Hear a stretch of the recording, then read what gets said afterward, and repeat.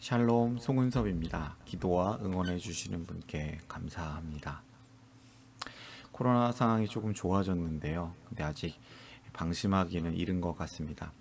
지난 주간에 또 울산에서 큰 화재가 있었는데 그 화재에 따라서 사망자가 한 명도 없었다는 것도 참으로 다행인 일입니다. 여러 가지 어려운 상황이 있지만 여러분들 삶 가운데서 하나님이 주시는 참된 평강과 은혜 또 행복함이 넘치시기를 바랍니다. 코로나 상황에 따라서 오늘까지도 비대면 온라인 예배를 드리기를 원합니다. 본 영상 설교는 새가족교회 주일 설교 메시지입니다. 신앙생활을 처음 시작하는 분들, 또 젊은 분들을 위한 쉬운 메시지를 준비했습니다. 오늘은 아브라함의 또 마지막 스토리, 마지막 이야기로 이삭을 바쳐라 라는 말씀으로 전하기를 원합니다. 창세기 22장의 말씀이에요. 창세기 22장 2절 둘둘둘. 오늘을 세번역 성경으로 한번 읽어볼까요?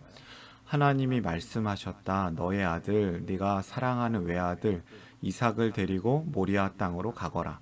내가 너에게 일러주는 산에서 그를 번제물로 바쳐라. 아멘. 갑자기 뭘 바치라고 하죠. 하필이면 이 외아들 이삭을 바쳐라고 하는데 이건 너무나도 어려운 일 아니겠습니까? 인생에 있어서 최고 어려운 시험이 있습니다. 각자에게 좀 시험이 다르겠죠. 어쩌면 올해 고3들에게서는 이 수학 능력 시험, 대학 수학 능력 시험이 어려운 시험이 되지 않을까요? 이 온라인 수업이 막 되고 있는 가운데서 갑자기 또 코로나 이 상황 가운데 겹쳐져 있는 이런 상황들, 여러 어려운 시기들을 지나고 아브라함에게는 평화가 찾아왔습니다. 그런데 이때 갑자기 하나님께서 아브라함을 시험하고자 하십니다. 인생 최고의 시험이 무엇입니까? 혹시 사법고시? 이제 폐지되었죠. 폐지되기 전까지는 우리나라에서 대한민국에서 가장 어려운 시험으로 인정받았습니다. 또 어느 작가는 인생 최고의 어려운 시험은 한 사람을 진정으로 사랑하는 것이라고 했습니다. 의사고시, 참 말이 많죠? 의사고시도 어려울 테고 여러 가지 시험들이 참 어려운데요. 오늘의 이야기로 들어가 보기를 원합니다. 날벼락 같은 하나님. 아브라함이 그토록 기다렸던 아들을 하나님의 은혜를 통해서 얻었고 또한 또 이삭에게 문제가 될 수 있었던 이스마엘과 하갈을 쫓아보내는 또 아픈 이야기들이 있었기 때문에 큰 문제가 지금은 없는 평안한 시기를 보내고 있어야 합니다. 근데 갑자기 또 이 아브라함에게 하나님께서는 하나님이 무언가 시험하시고자 아브라함을 부르시는데 하나님께서 아브라함을 시험하시려고 하는 이야기가 됩니다. 갑자기 날벼락 같은 하나님을 만나는 거죠. 몸이 편안할 때 우리의 신앙생활이 어떠합니까? 아브라함이 편안했습니다. 아무튼 우리가 편안할 때 우리의 신앙이 좋아집니까? 대부분은 오히려 신앙이 어려울 때 더 열심히 기도하고 예배 드리려고 하는 것 같습니다. 몸과 마음이 편안할 때는 게을러지는 것 같습니다. 온라인 예배를 드리는 게 여러분 몸이 편안하십니까? 집에서 예배 드릴 때 모습이 잠옷 차림으로 뭐 좀 그래도 된다고 생각하지만 근데 심지어 소파에 누워서 이거 좀 아니죠? 가끔 핸드폰도 보면서 졸면서 오프라인 예배 드릴 때도 졸았죠? 죄송합니다. 화장실도 가고 집중하지 않은 모습으로 예배를 드린다면 몸이 편안하다고 신앙생활을 잘하는 건 아닌 것 같습니다. 혹시 하나님께서는 아브라함에게 그 마음의 그 중심을 테스트, 시험해 보고자 하신 건 아닐까요? 어쩌면 이 본문을 읽는 우리에게 우리의 믿음을 하나님께서는 확인하고 싶으신 것은 아닐까 이런 생각을 해봅니다. 오늘 설교를 위한 세 가지 질문입니다. 이 중심이 되는 세 가지 질문이 쉬운 질문인데요. 답도 쉽습니다. 이 메시지를 듣는 듣는 여러분들에게 중요한 본문의 세 개의 기둥이 되기를 원합니다. 이 하나님께서 각자에게 주시는 은혜와 도전이 있으시길 바라고요. 첫 번째 질문입니다. 첫 번째, 하나님께서는 아브라함에게 무엇을 요구하시는가? 무엇을 요구하실까요? 1절과 2절 말씀을 보면 이런 일이 있은 지 얼마 뒤에, 이런 일들이 있은 지 얼마 뒤에, 앞에 있는 사건들이 좀 시간이 지나고 신앙생활이 좀 더 깊어지는 아브라함 가운데 하나님이 아브라함을 시험해 보시려고 그를 부르셨다. 아브라함아 하고 부르시니 아브라함은 예, 여기에 있습니다. 아브라함이 참 대답을 잘해요. 1절에서도 예, 여기에 있습니다 라고 하는데 계속 아브라함은 하나님이 부르시면 즉각적인 반응을 보이죠. 하나님이 말씀하셨다. 너의 아들, 네가 사랑하는 외아들 이삭을 데리고 모리아 땅으로 가거라. 내가 너에게 일러주는 산에서 그를 번제물로 바쳐라. 번제가 무엇입니까? 번제는 레위기에 나와 있는데요. 레위기 1장과 6장에 제물을 죽인 후에 각을 떠가지고 딱 펴가지고 불에 태워서 하나님께 드리는 제사입니다. 속죄의 의미가 있고요. 하나님을 향한 전적인 헌신과 봉헌을 의미합니다. 아브라함을 시험해 보시려고. 내용은 이런 내용이죠. 너의 사랑하는 외아들을 이삭을 번제물로 바쳐라. 죽여라. 이런 황당한 이삭은 하나님께서 약속하신 그 25년 만에 받은 하나님이 주신 하나뿐인 사라를 통해 얻은 아들이죠. 근데 그 소중한 것을 갑자기 죽여라, 바쳐라 라고 하시는 하나님. 이것은 너무 끔찍한 명령이었고 어쩌면 이해할 수 없는 명령입니다. 왜 주셨습니까? 그러려면 차라리 주시지는 말지, 주시기랑 하지는 말지. 그러나 이 아브라함이 즉각적인 반응을 보여요. 새벽 일찍 어떠한 그 거부 반응 없이 성경에서는 이삭과 두 종을 데리고 3일 길을 떠나는 것으로 나옵니다. 실수가 그동안 참 많았죠. 이 실수가 많았던 아브라함이 어느덧 믿음의 사람이 된 것을 보여주는 장면입니다. 이것이 오늘의 그 성경이 아브라함의 스토리의 마지막 메시지, 마지막 이야기인데요. 이 아브라함이 이제 준비가 된 것을 보여주는 거죠. 그의 믿음은 이제 하나님께 절대적으로 순종하는 믿음이 되었음을 보여줍니다. 두 번째 질문을 벌써 답을 얘기했지만 아브라함이 어떻게 행동하였는가 좀 더 자세히 살펴보길 원해요. 다른 말 없이 다음날 아침 일찍 일어나서는 이삭을 번제로 바쳐라는 하나님의 명령에 순종하여서 길을 떠납니다. 이 번제용 나무 장적을 지고 3일 길, 약 한 70km라고 보여지는데 이것을 가지고 거기서 도착하여서는 제단을 쌓고 이삭을 묶어서 그 다음에 칼을 들고 이삭을 잡으려고 합니다. 이삭의 나이는 그냥 어린아이가 아닙니다. 더 이상 3살, 4살 아이가 아니에요. 이삭이 자라서 3일 길을 함께 걸을 정도의 체력이 있다면 이삭은 아마도 청년 정도, 20살 안팎의 청년일 거라고 추측해 봅니다. 그러니까 앞에 21장에서의 이삭은 한 3살 정도 되었다면 지금 22장의 이삭의 나이는 적어도 한 18, 20살 이 정도 지난 시기라고 우리는 짐작할 수 있지 않을까요? 근데 여기 나오는 아브라함과 이삭은 너무 놀랍습니다. 이 아버지와 아들, 아빠와 아들이 순종하는 모습이 나오는데요. 너무나도 애틋해요. 이삭이 물어봅니다. 매일 또 아브라함은 예배자 아니었습니까? 예배드리는 가정에서 태어난 이삭이 물어볼 거 아니에요. 아빠, 번제로 바칠 어린 양은 어디 있습니까?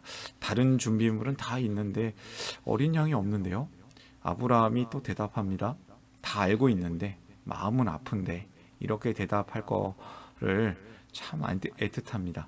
얘야, 번제로 바칠 어린 양은 하나님이 손수 마련하여 주실 것이다. 가로 열고 사실 너가 번제물이야. 눈물이 뚝뚝 흐르는 그 마음을 참아가면서 얘기하지 않았겠습니까? 이삭의 질문과 아브라함의 대답, 좀 이상한 아버지와 아들 같아요. 제단 장소에 도착하고 이삭을 묶는 가운데 아무런 반응도 없고 깊은 어떤 부자 간의 대화 장면도 나오지 않아요. 그냥 묵묵히 두 사람이 이 일을 하고 있어요. 순종하고 있는 것이죠. 그 아브라함은 손에 칼을 들고서 아들을 죽이려고 합니다. 아브라함의 순종은 하나님께 대한 순종입니다. 사랑하는 아들조차도 잡으려고 합니다. 이 아들 어떤 아들입니까? 25년 만에 얻었고 심지어 100세에 낳은 아들 얼마나 소중합니까? 근데 하나님께 그냥 드리려고 합니다. 그리고 이삭이 순종합니다. 이삭이 이러한 신앙인이 될 수 있었던 것은 아브라함의 그 삶을 보았기 때문입니다. 직접 보았기 때문이에요. 신앙교육은 신앙의 전수는 직접 보여주는 겁니다. 아버지에 대한 순종, 아브라함에 대한 순종을 합니다. 이것이 하나님께 대한 순종이기도 합니다.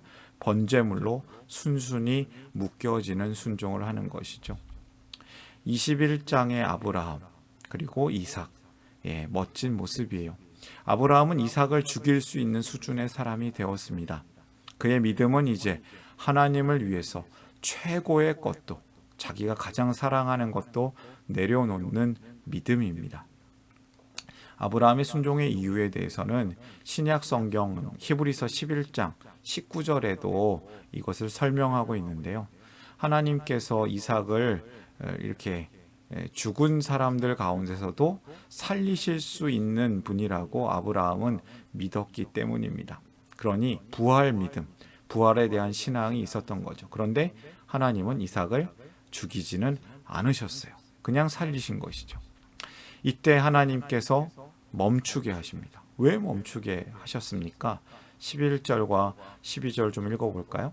그때 주님의 천사가 하늘에서 아브라함아 아브라함아 좀 다급한 것 같아요. 2번 불러요. 1절에서는 1번 불렀는데 하고 그를 불렀다. 아브라함이 대답하였다. 또 대답 잘하죠. 예, 여기 있습니다. 여러분 하나님이 부르실 때 대답 잘하시는 우리 성도가 되시기를 바랍니다. 예, 여기 있습니다. 천사가 말하였다. 마치 준비된 대답 같아요. 그 아이에게 손을 대지 말아라. 그 아이에게 아무 일도 하지 말아라. 내가 너의 아들, 너의 외아들까지도 나에게 아끼지 아니하니 네가 하나님 두려워하는 줄을 내가 이제 알았다. 내가 하나님 경외하는 줄을, 하나님을 두려워하면서도 온전히 믿는 것을 내가 이제 알았다. 하나님께서 아브라함이 하나님을 경외하는 줄을 알았기 때문이다. 그래서 하나님은 멈추게 하신 거예요. 이런 얘기를 제가 들은 적이 있어요. 그 실기 시험을 보는데 특히 노래 부르는 시험, 그 처음부터 끝까지 노래를 원래 불러야 되잖아요. 근데 시험을 평가하는 교수님이 잠깐 이제 부르는 가운데 멈추게 해요. 됐어. 왜 멈추게 할까? 이제 알았기 때문이에요. 이 학생의 실력을 끝까지 볼 필요도 없다는 거죠. 이 정도 들었으면 됐다. 아브라함이 진심으로 하나님을 위해서 아들 이삭을 죽일 수도 있는 그 믿음을 가지고 있음을 이 잠깐의 앞에 있는 행동만 보고도 아셨기 때문입니다. 연기한 게 아니에요. 진짜 이삭을 죽이려고 한 것이죠. 그때 하나님이 숫양 한 마리를 아브라함에게 보여주십니다. 아브라함이 고개를 들고 살펴보니 수풀 속에 숫양 한 마리가 있는데 그 뿔이 수풀에 걸려 있었다. 가서 그 숫양을 잡아다가 아들 대신에 그것으로 번제를 드렸다. 이런 일이 있었으므로 아브라함이 그곳 이름을 여호와 이레, 하나님이 준비하신다, 하나님이 돌보신다 라고 하였다. 오늘날까지도 사람들은 주님의 산에서 준비될 것이다 라는 말을 한다. 이삭을 대신하여서 순양이 번제물이 되는 이야기로 흘러갑니다. 하나님이 손수 마련해 주실 것이라는 아브라함의 그 슬픈 대답이 진짜로 믿음대로 이루어졌습니다. 여호와 이레의 뜻은 앞서 말한 것처럼 하나님께서 준비하신다라는 뜻을 갖고 있습니다. 또한 이 뜻에 하나님께서 돌보신다, 하나님께서 보여주실 것이다, 이런 뜻을 갖고 있거든요. 아브라함이 외아들을 아끼지 않고 하나님께 드리는 장면, 하나님께서 하나님께서 보내신 이 양을 대신 죽여서 이삭을 구원하는 모습, 복음의 메시지 아니겠습니까?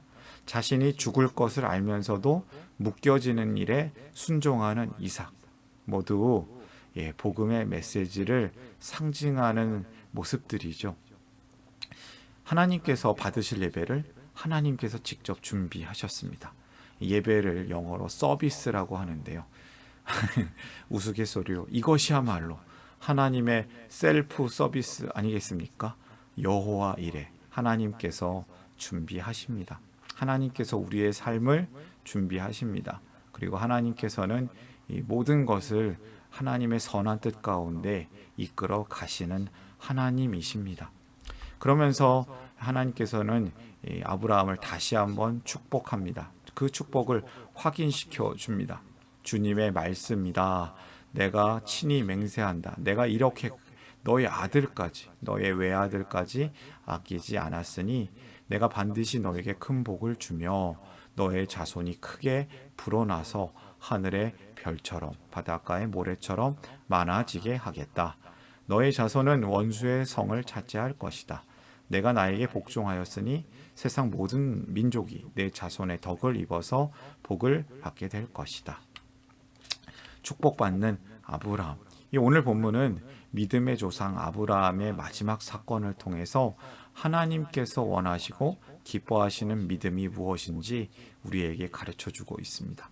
그 믿음이 무엇이냐면 하나님께서는 처음부터 훌륭했던 아브라함을 꼭 집어가지고 네가 훌륭하니까 이제 축복의 통로가 될 거야, 이렇게 하시지 않았습니다. 처음엔 조금 형편없었습니다. 조금 부족해 보이는 사람이었습니다. 자꾸 죄를 짓습니다. 실수합니다. 그런데 하나님께서는 이렇게 아브라함을 믿음의 사람으로 만들어 가십니다.